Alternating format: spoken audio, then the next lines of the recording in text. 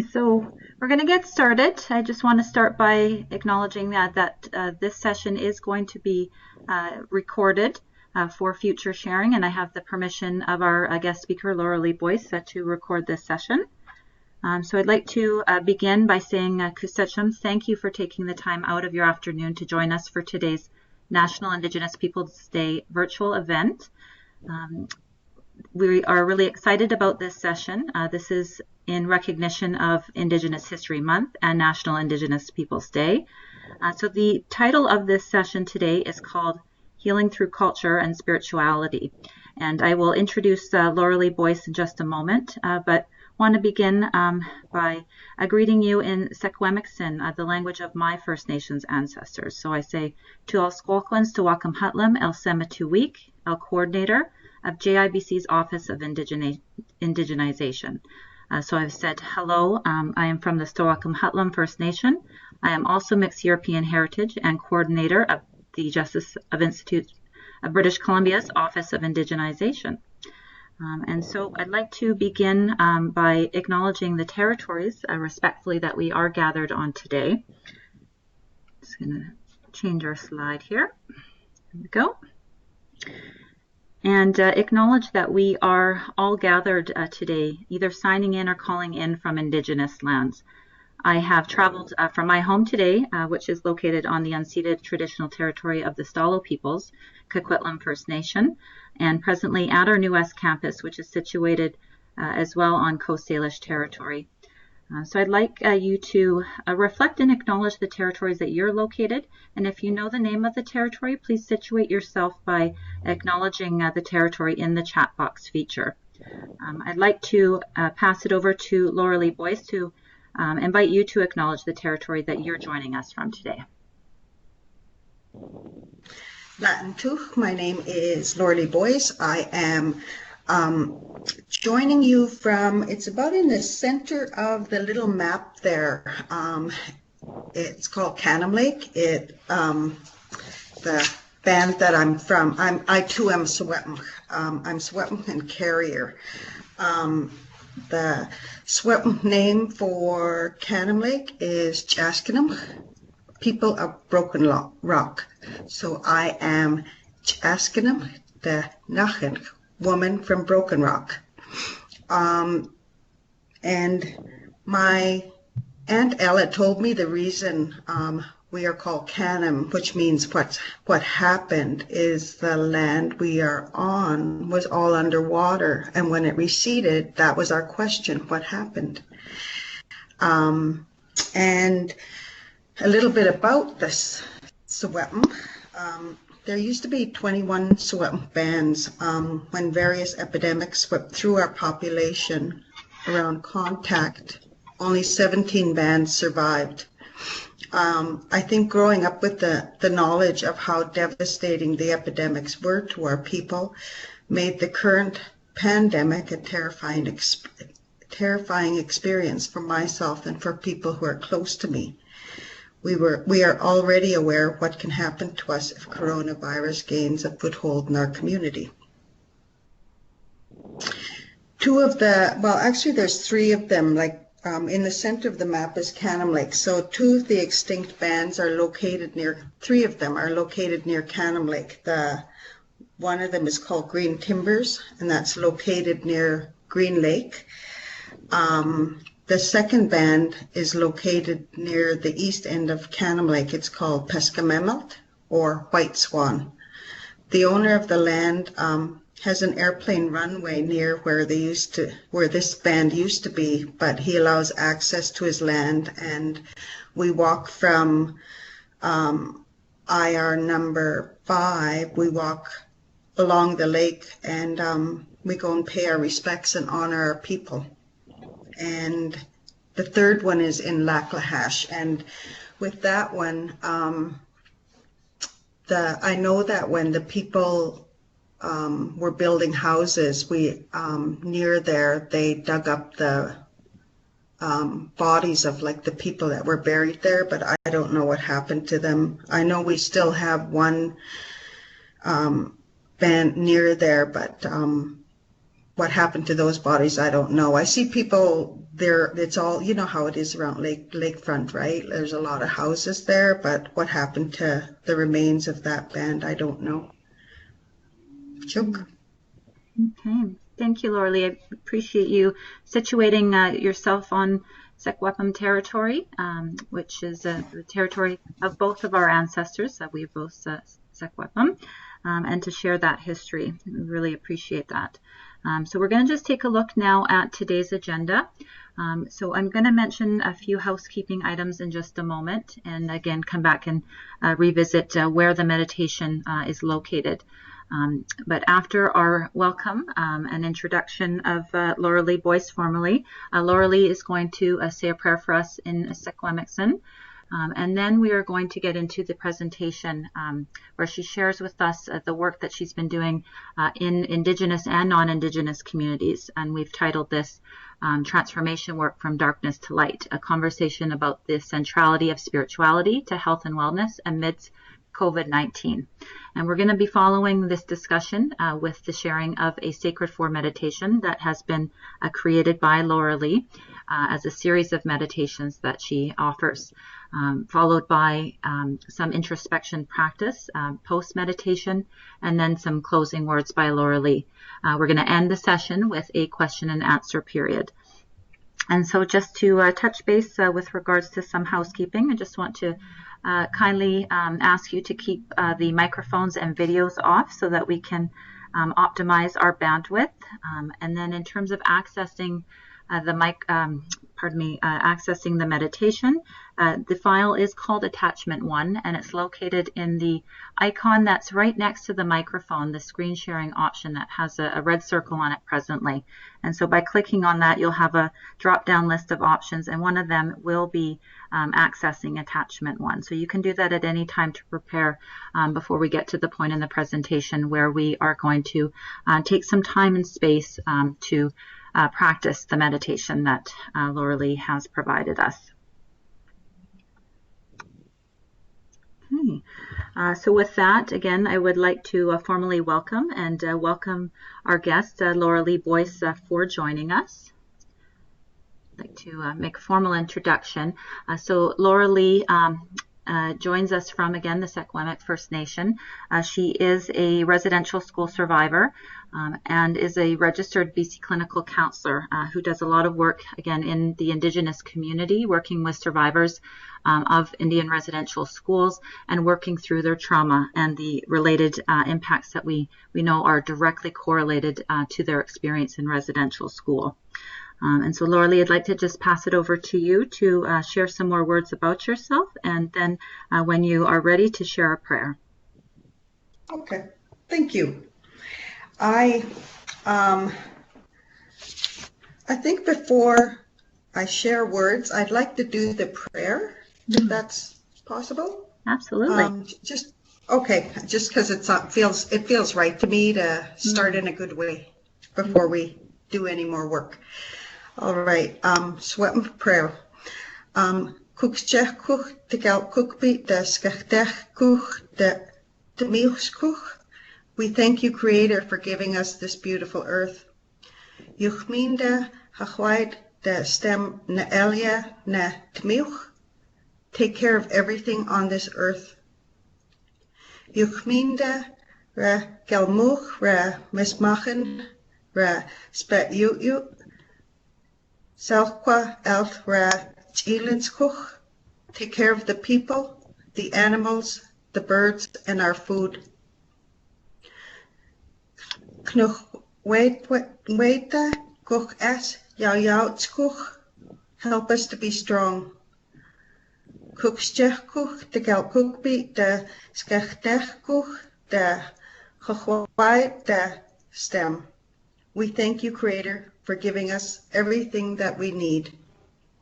All my relations. Chuk. All my relations. Thank you, Lorelei. I appreciate you starting us in a good way, and that was absolutely needed, and I thank you for doing that and guiding us gently in that direction. Could you offer us some more insight into yourself and the work that you've been doing? I have, I'll start with my formal education. I have 2 degrees. The first one is a Bachelor of Social Work from the University of Victoria. I was a social worker for many years, but felt I needed to delve deeper into why my people were so troubled and to do my utmost to help to heal. I feel like that's my life journey. That's why I came here, is to be a healer. I then went on to get my Master's of Education, also from the University of Victoria. I am a residential school survivor. I went to the St. Joseph's Mission located near Williams Lake, as did my parents and my grandparents on my mother's side. I'm also part of the 60 Scoop, in part due to the social workers not being knowledgeable about First Nations culture, as well as my parents' experience at residential school. I'm registered with the British Columbia Association of Clinical Counselors, and my office is located in 100 Mile House, but my clients are from the Williams Lake area, 100 Mile area, all the way down to Clinton. And with COVID right now, I'm only doing telehealth, which has been a learning experience for me, and I'm really grateful for Heather inviting me to take part in this presentation, because I've learned lots about Skype. I use Zoom, and so Skype is similar but different, so it's been a good learning experience, and to be patient, I guess, with the technology. It's like when you want things to work and you hope they work perfectly, like sometimes it doesn't always go that way. So it's been a really good experience, a really valuable experience to me. Thank you. Chuk. Thanks, Techum. Thank you, Lorelei. So the theme for this week's observation of National Indigenous Peoples Day at JIBC is Spirit of the Sun. The purpose of today's presentation is to share teachings of how Indigenous worldview and practical tools are vital to the strengthening of our people. So with that, Lorelei, I'd like to turn it over to you to discuss transformation work from darkness to light. Okay.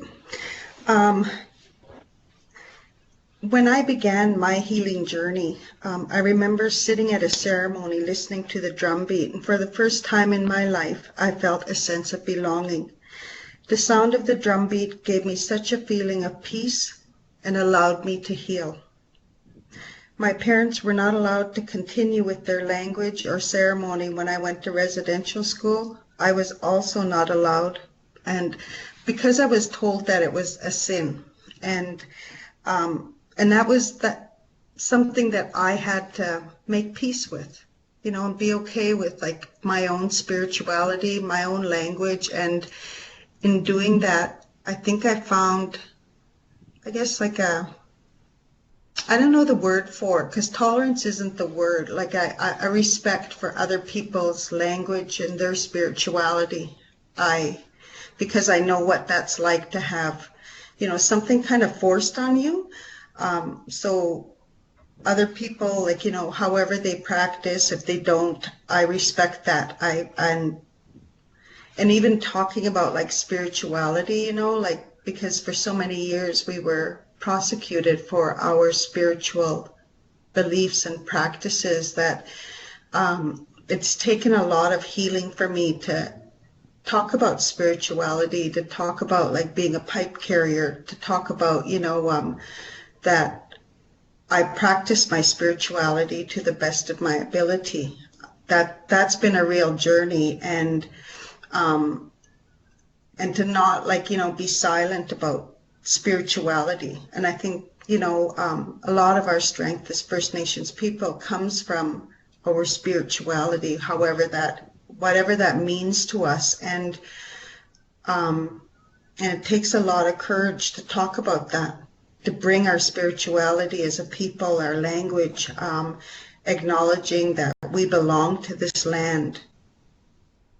That's moving from darkness to light, and I think that, in doing that, it has allowed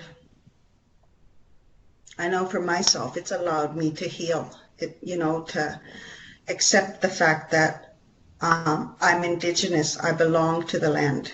I'll be here forever, and that regardless of where I am, whether I'm in Secwepemc territory, I belong.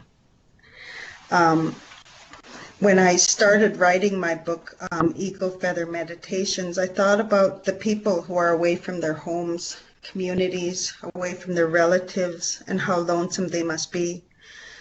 And I guess my experience, like being in residential school, we were from September until the end of the school year, we were separated from our parents, from our homelands. There were 3 different tribes, nations in our residential school. There was Secwepemc, Carrier, and Chilcotin, and we were all separated and little kids, and I remember like the nights were really hard, the nights where the kids would cry, and they'd be lonesome for home, lonesome for our food, lonesome for our parents, and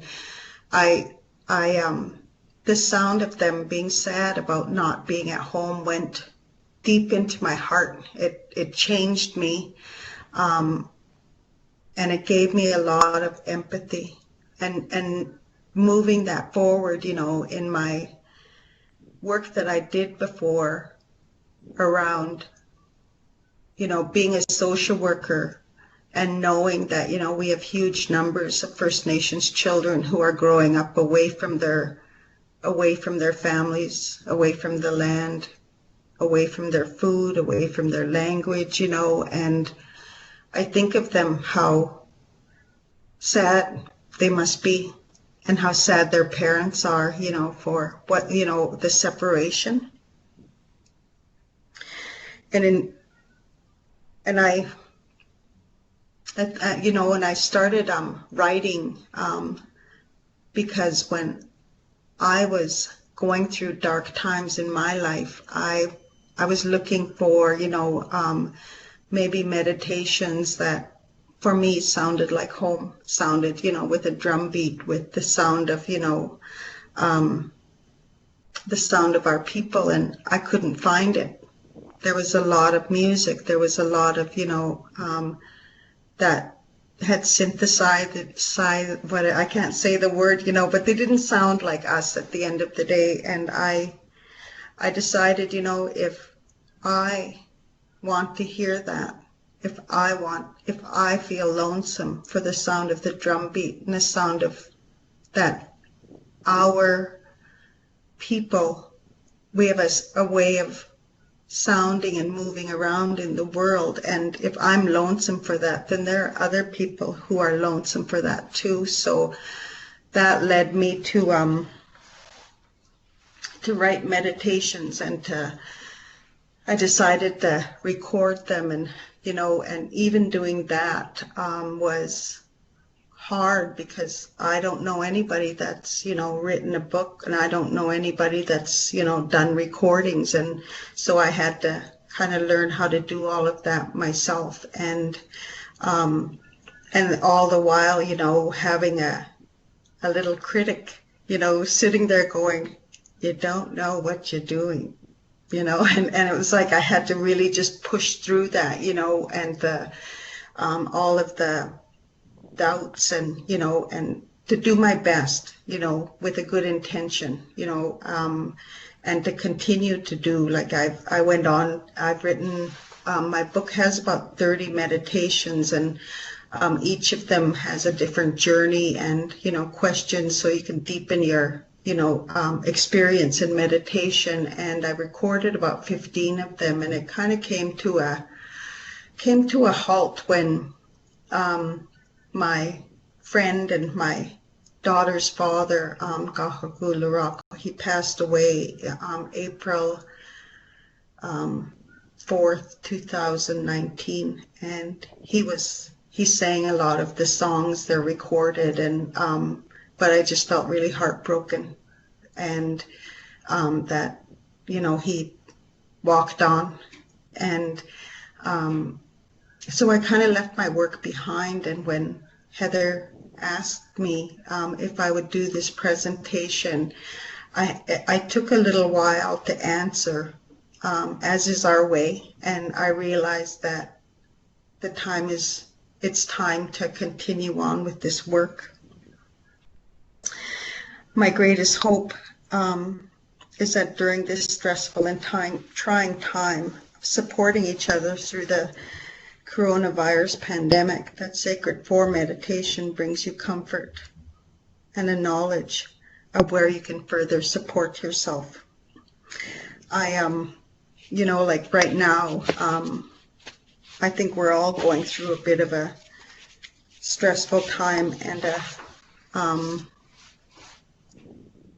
none of us have ever lived through these times. It's like a virus that is so easily transmitted and so deadly for many of our people. And, I don't know about anybody else, but I know that in the first 2 weeks of when we went into quarantine, I was so scared that I was sitting in my house tense most of the time. And I'm a stress eater, and so I was eating everything, like, just stressed, because I didn't know what was going to happen, and I never saw BC stop. I've never seen us all go home, and it took a little while to come out of that, and we have a new reality now, and it's been hard. I'm a huggy person. I hug people, and I haven't been able to do that. So, that's different and new, and lots of new things, like, when we do everyday activities, like going to get groceries and stuff. And so with the meditation, I would like, to ask, for you to be aware of, the messages that your body is sending to you, because we all have places in our body that, we hold things. And sometimes, when we're really busy, we don't stop and have a look at what are we holding and what can we let go of, and how can we support ourselves. And in supporting ourselves to become, a little bit more healthy, we support everybody, because we all come from teams, right? We have, our families, our team, and regardless of what our family is made up of, because I know that when I thought about family, I thought it was would only be like blood relation to me. But now, when I think about my family, it's made up of a number of, different people who, some are related to me by blood, some are people that, just bring really positive things to my life. And, and the healthier I am, and the more grounded I am, and the more calm I am living in the present moment, the more I'm able to support and help my own team. Joke. Thank you, Lorelei. I just want to start by saying thank you so much for your courage and for opening up, to share your story, parts of your story, being a residential school survivor, a 60 scoop survivor, and the recent loss of your partner, and the grief and that process that you are navigating. And I just really, again, want to thank you for sharing that part of yourself and giving us insight into what has motivated you, what has inspired your work, and that it really reaffirms that you are working for the collective good. As you had said, you're a healer, and that work in itself is tremendous. We have come a long way, and we have further to go still. And so I just, again, want to say thank you for the work that you're doing. So I'm just going to flip to the next slide, which introduces the Sacred 4 meditation, one of the many meditations that you have developed. Can you please share some background information about the development of this meditation and things that you think that we should know about this before we practice this medicine? When I wrote this, we're all made up of physical, mental, spiritual. We're all made up of different parts, right? And I wanted to bring awareness, to where maybe we're a little bit out of balance, or, or maybe there's a message that our body has for us. And, so that, if there's an area in our body where we may feel a little bit like out of balance, that we bring that into our awareness with gentleness and with love. And, that we're, and how can we support ourselves to be, to the best of our ability, like to stand in the center of our own power, and that sounds, easy living, in present moment, but it can be challenging, right? Because we're planning for the future. Sometimes we're remembering the past, and sometimes, we forget about the fact that being present, being grounded, and to, honor all aspects of our own life, and to be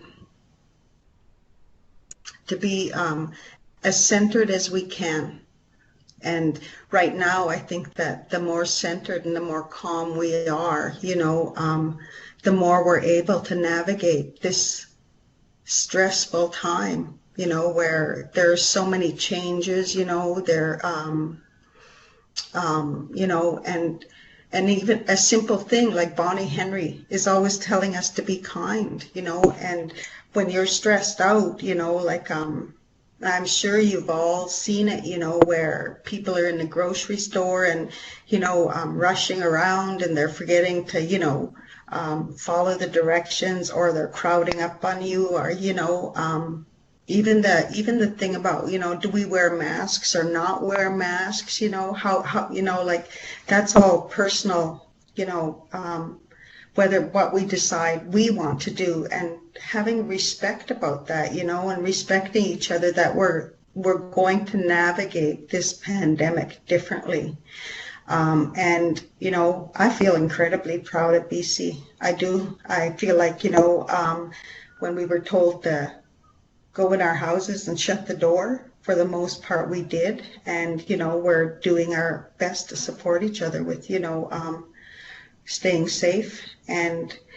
But even in doing that, it doesn't negate the fact that it has been really stressful, like we've been impacted financially, we've been, how do we, learn all of the technologies so that we can continue to do the work that we trained to do, and that's what I invite you to think about doing Sacred For, is like, what is the message, from your body, how you're handling things right now, and where can you, kind of support yourself more. And, and if nothing else, just take these couple of minutes to just breathe, and, let go of some of the tension, and just be at peace with, who you are and what we're all going through right now. Juk.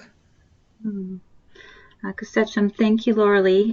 Before I just again introduce where we can find the meditation, I just want to say that as a faculty who teaches Indigenized courses and has integrated Indigenous epistemologies and way of life into instruction for all learners, I really value the meditations that you've developed, and I know that our students do too, whether they're Indigenous or non-Indigenous, because as you said, you had created these meditations because you were lonesome and longing for a connection to bring you home.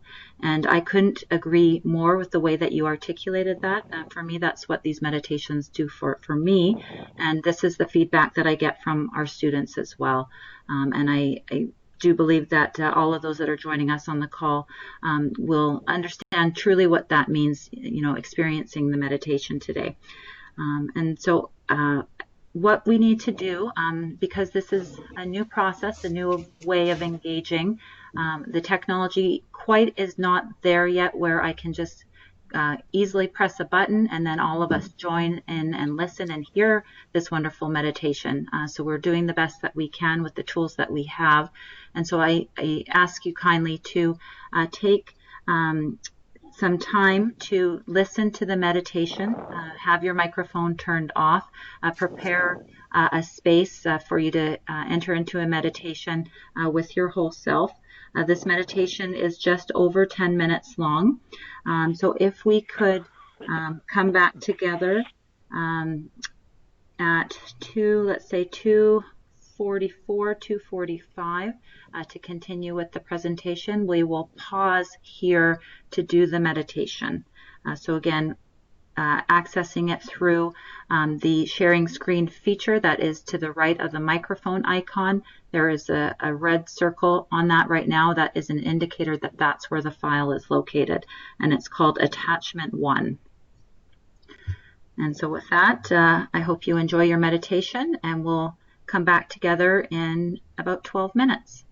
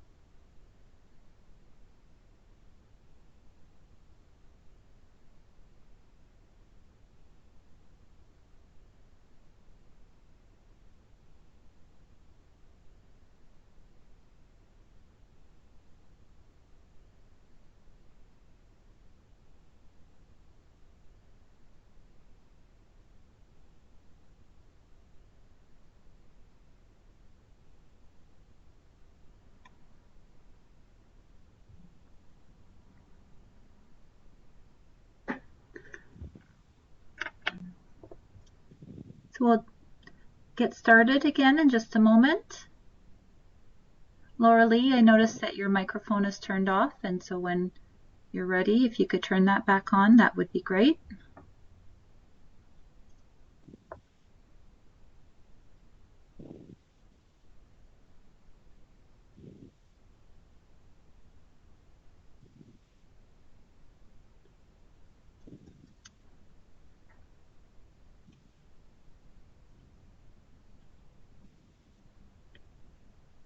Lorelei, are you there?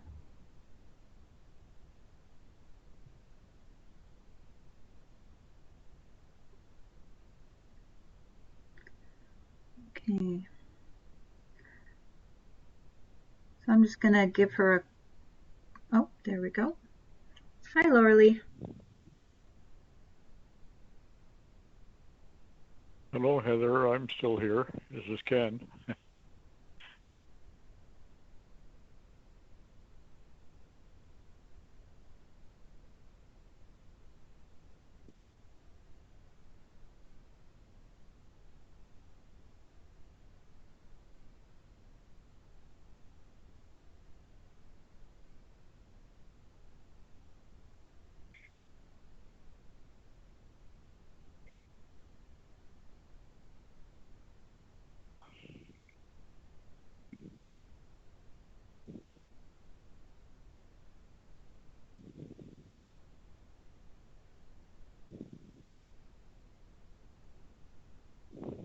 Okay, so Lorelei is just having some technical difficulties, so I've instructed her to close her session and rejoin. I see that she's still on the line. Hope that she'll be able to do that.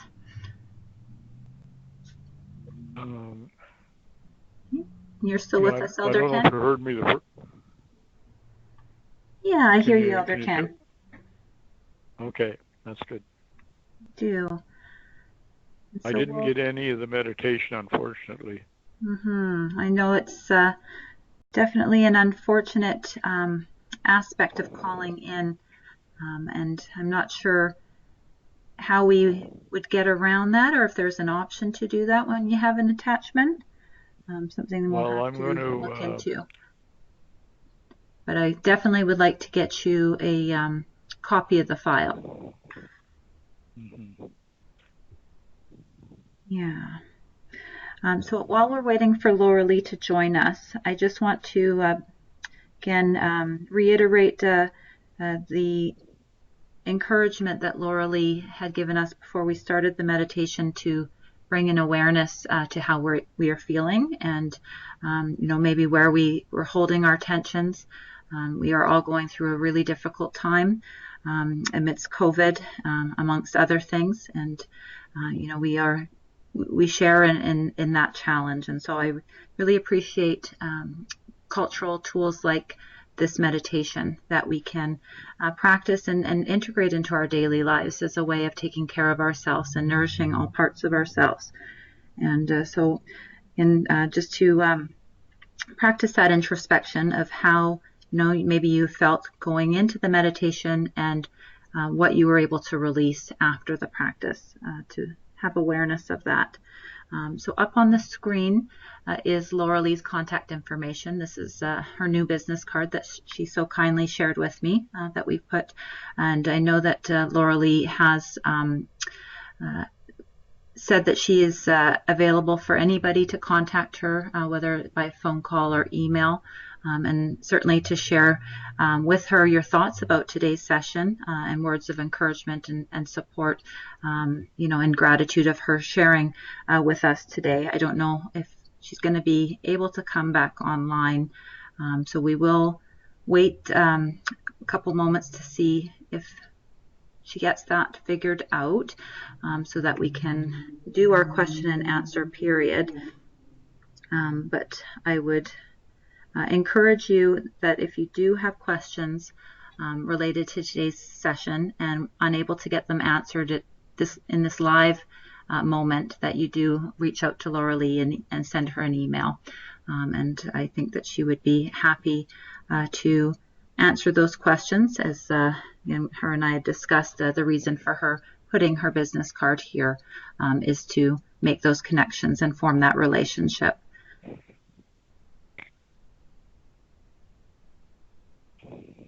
And I see the question, is it possible to have a copy of the meditation placed on the internet? These meditations are available for purchase through Lorelei's website.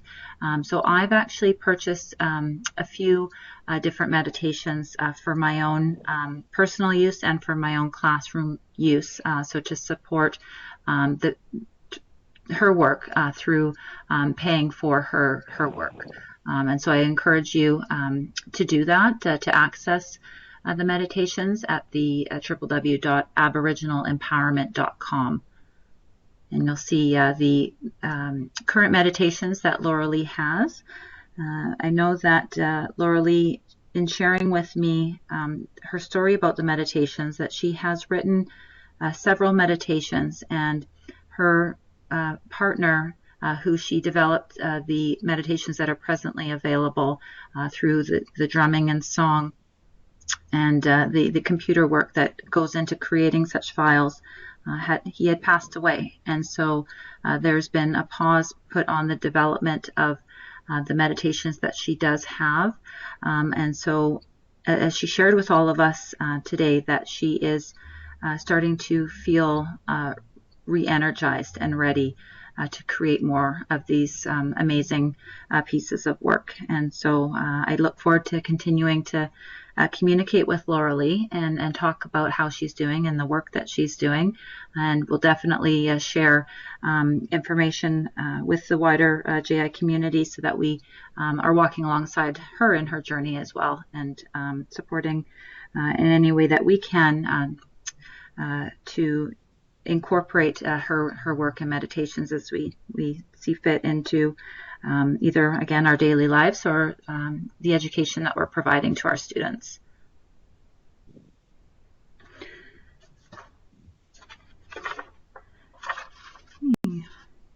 So I'm just going to momentarily pause my microphone and just give Lorelei another ring just to see if she is going to attempt to come back on. So I will be right back in just a minute.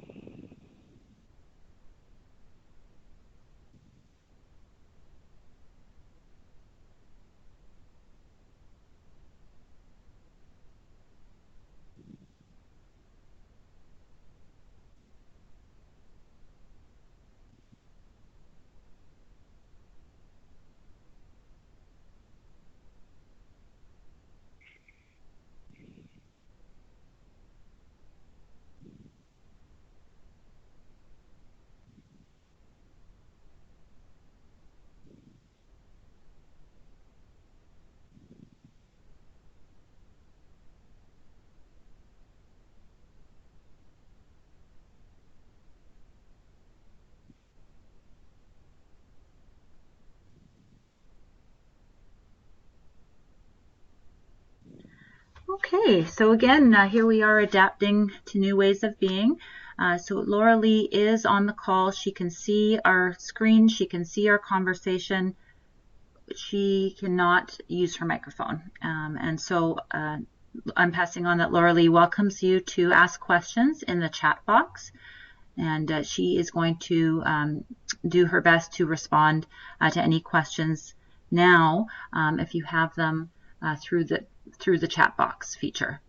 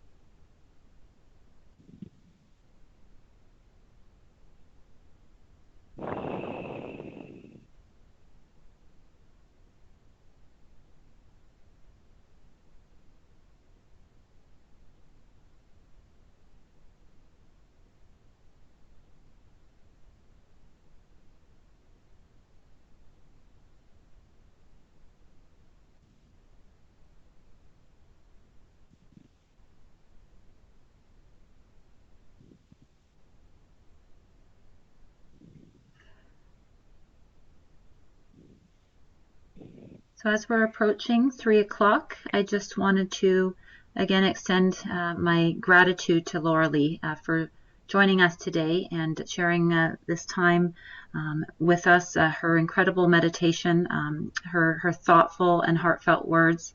I hope that everyone goes from today feeling renewed and peaceful. Know that this moment of silence and stillness has been an incredible gift.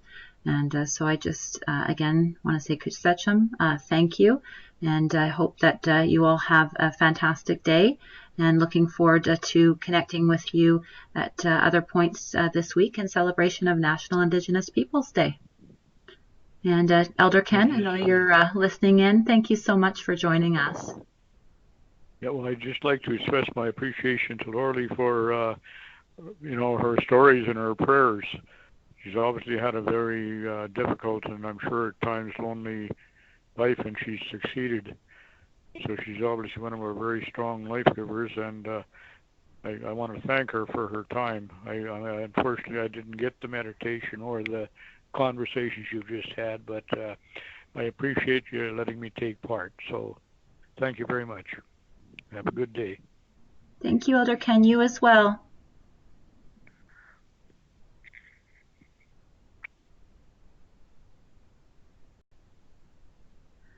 So that concludes our session. I'm going to end the recording.